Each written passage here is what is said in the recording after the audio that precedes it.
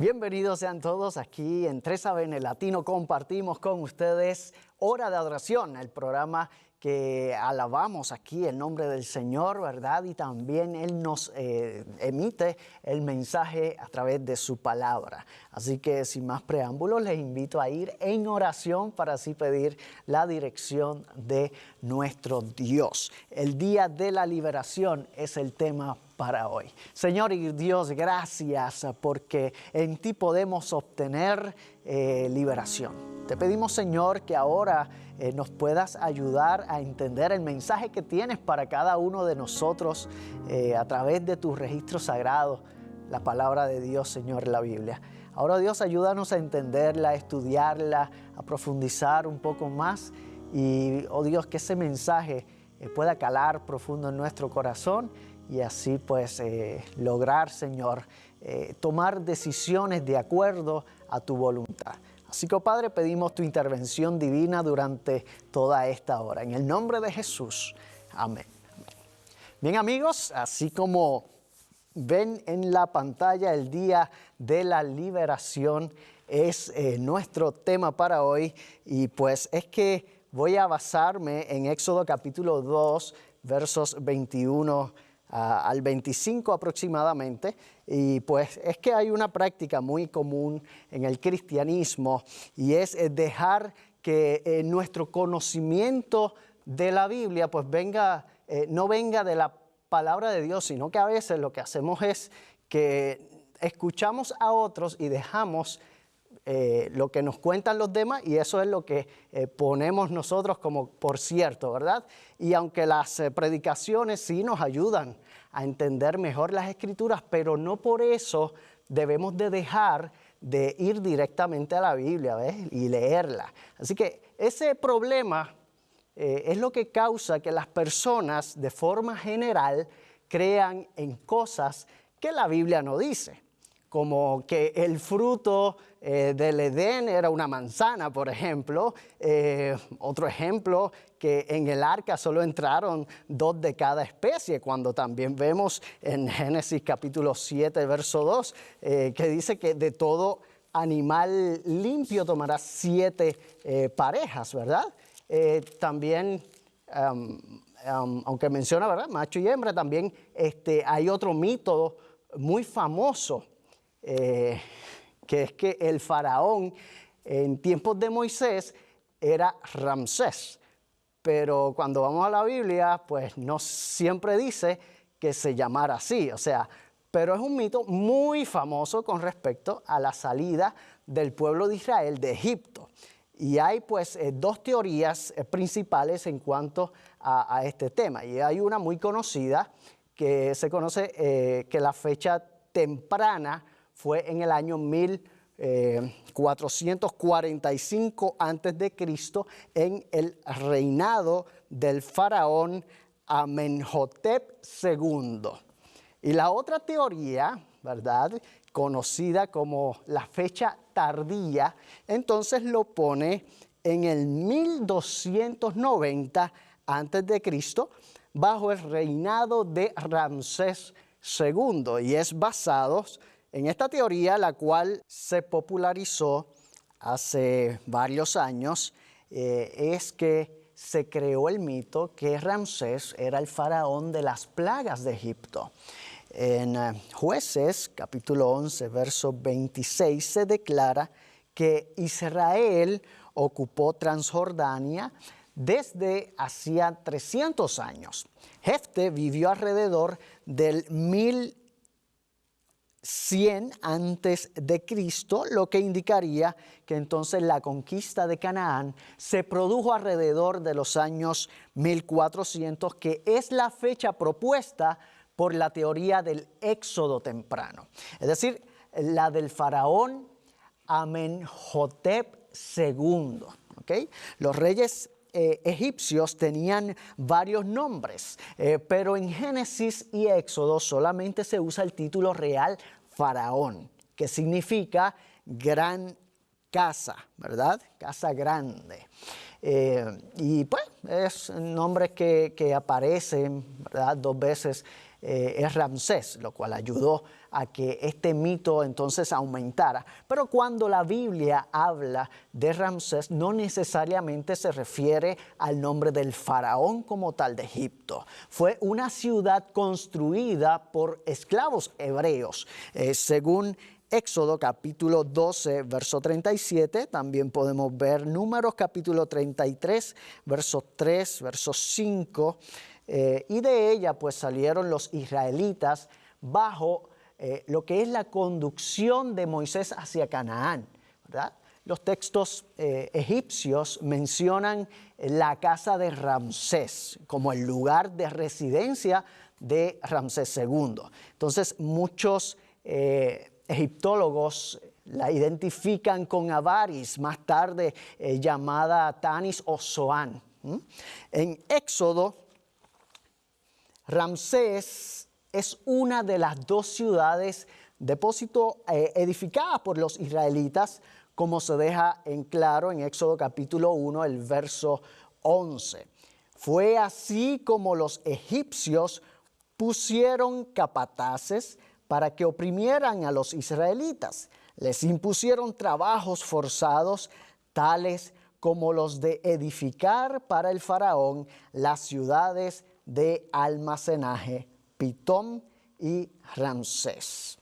Y nuevamente Génesis 47:11 se nos dice, Josué instaló a su padre y a sus hermanos y les entregó terrenos en la mejor región de Egipto, es decir, en el distrito de Ramsés, tal como lo había ordenado Faraón.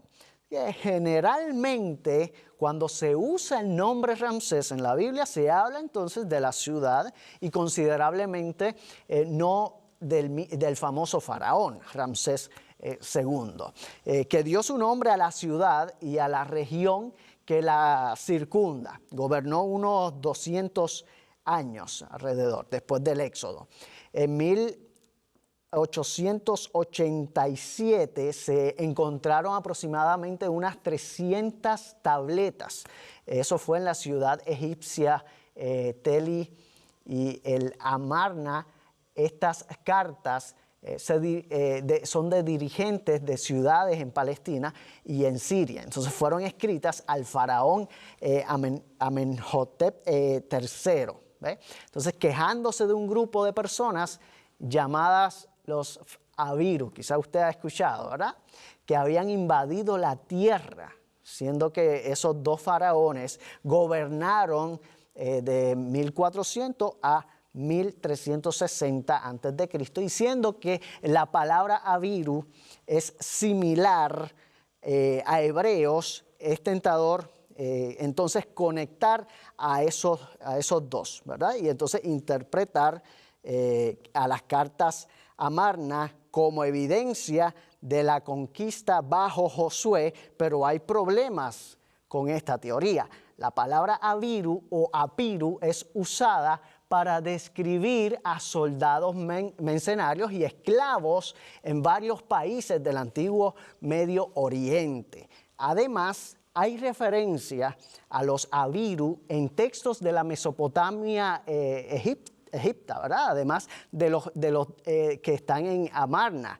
Y no pareciera entonces haber una relación entre estos Abirus y los hebreos, y los eruditos pues en general creen que era un grupo social y no étnico. Entonces las actividades de los Abiru en Canaán no concuerdan mucho con las informaciones de Josué. Así que en este estudio nosotros vamos a analizar 3 aspectos de la liberación de Israel del yugo de Egipto. Dios prepara a un libertador. Y allí encontramos la vida de Moisés. Se divide en 3 periodos iguales de 40 años. 40 años fue príncipe de Egipto, 40 años fue pastor en Madián, 40 años fue líder en Israel, y conocemos la historia de Moisés. El hebreo que se salvó porque fue encontrado y fue adoptado por la hija del faraón. Luego por golpear o matar accidentalmente a un egipcio al no soportar entonces el maltrato a los pobres esclavos de Israel. Y entonces eso los lleva a huir al desierto y pues allá llega a las tierras de Madián, donde conoció a un sacerdote. Vamos a Éxodo capítulo 2, el verso 21. De Éxodo capítulo 2, el verso 21. Donde dice allí, Moisés convino en quedarse a vivir en casa de aquel hombre, quien le dio por esposa a su hija Séfora. Voy a leer el 22 también. Ella tuvo un hijo y Moisés le puso por nombre Gersón, pues razonó, soy un extranjero en tierra extraña. Moisés había huido a Egipto sin ningún plan definido, excepto el de salvar la vida. Y ahora entonces afrontaba el problema de ganarse la subsistencia, ¿verdad? Esa hospitalidad bienvenida de Reuel, el suegro de Moisés, un resultado del amigable acto de Moisés, cuando prestó su ayuda en el pozo, sirvió para un arreglo. Y por ese arreglo Moisés entró en servicio de él, Yetro, ¿verdad? Que era el sacerdote de Madián y suegro de Moisés, que también era llamado Reuel o Reguel, en base, ¿verdad?, al significado de estos dos nombres. Se piensa que Reuel sería su nombre personal de nacimiento y Yetro entonces un título honorífico, denotando excelencia y equivalente al árabe imán, que lo recibió como sacerdote tribal. En Jueces capítulo 4, el verso 11, se llama suegro de Moisés a Hobab. Sin embargo, se debería leer cuñado, en armonía con otros pasajes.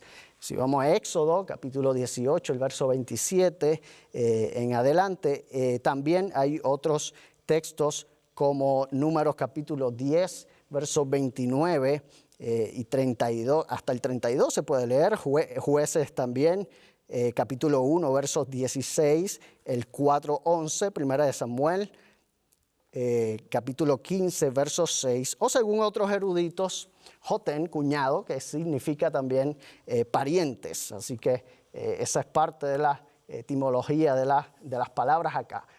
También puede significar político o uno que hace una alianza. Entonces Yetro tenía 7 hijas que cuidaban sus rebaños. Cuando Moisés huye de Egipto, llega entonces a la región de Madián, donde vivía Yetro, y ayudó a sus hijas a dar agua a los animales como tal. Y luego fue presentado al padre de ellas como egipcio.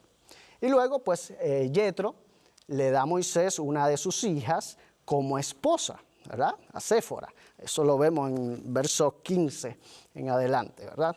Entonces Moisés trabajó para Yetro como pastor por unos 40 años, ¿verdad? Según Éxodo capítulo 3, verso 1 y Hechos capítulo 7, el verso 30. Después de su llamamiento divino a volver a Egipto para sacar a su pueblo, Moisés comenzó el viaje con su esposa y sus 2 hijos, ¿verdad? Como vemos en Éxodo 4, verso 20. Pero más tarde los envió de regreso a su suegro. Evidentemente por razones de seguridad, pues ella y sus 2 hijos, después del Éxodo, pues Yetro trae a Séfora y a sus hijos a Moisés de nuevo en el desierto.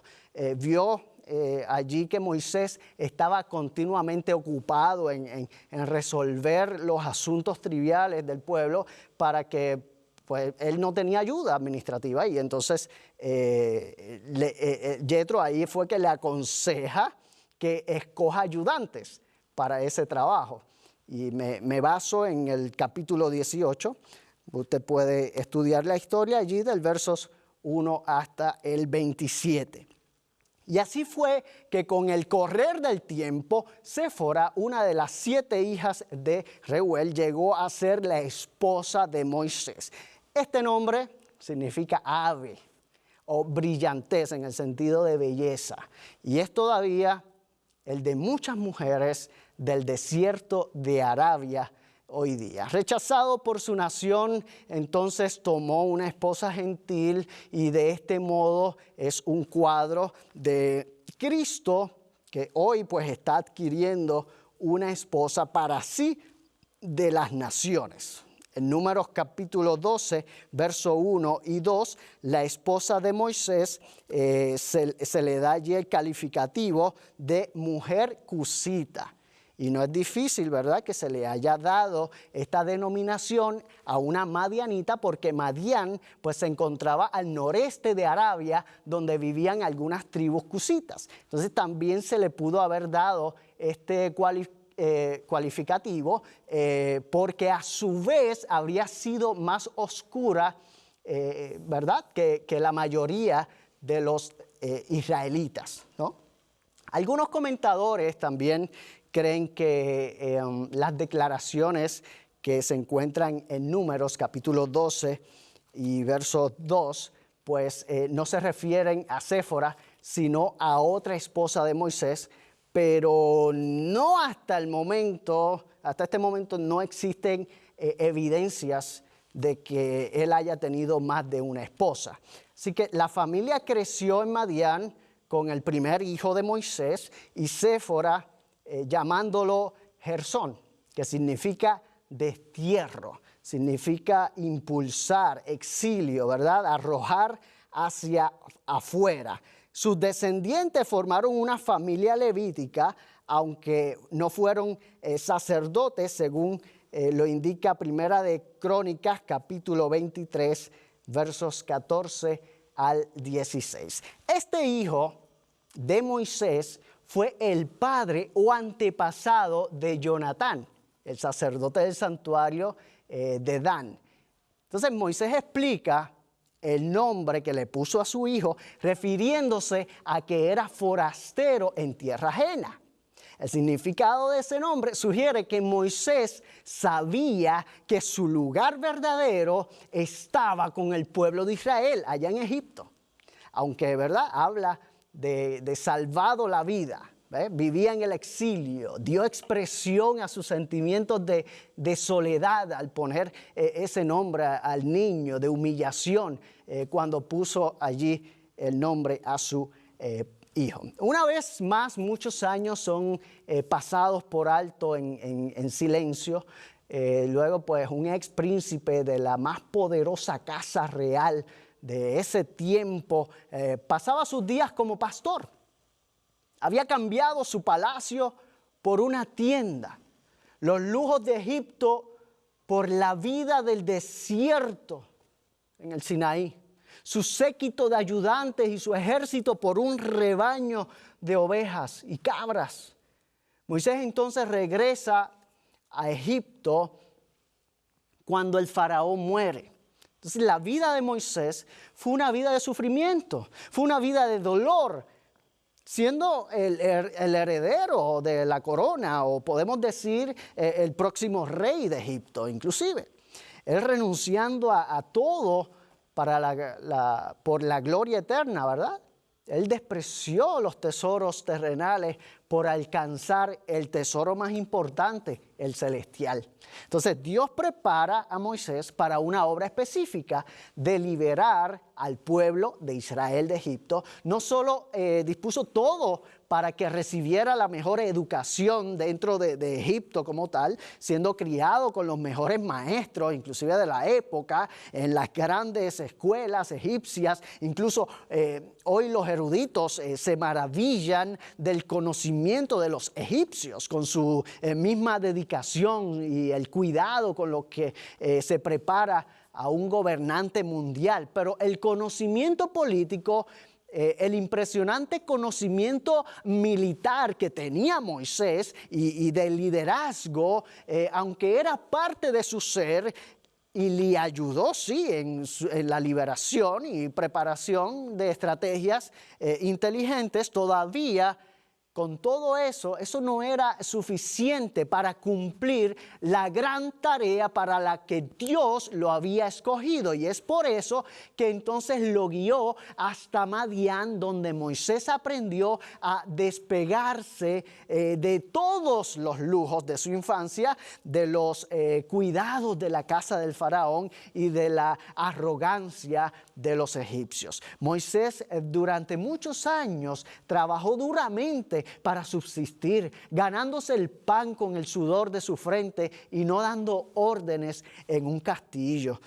Moisés aprendió a servir en lugar de tener servidumbre, formó una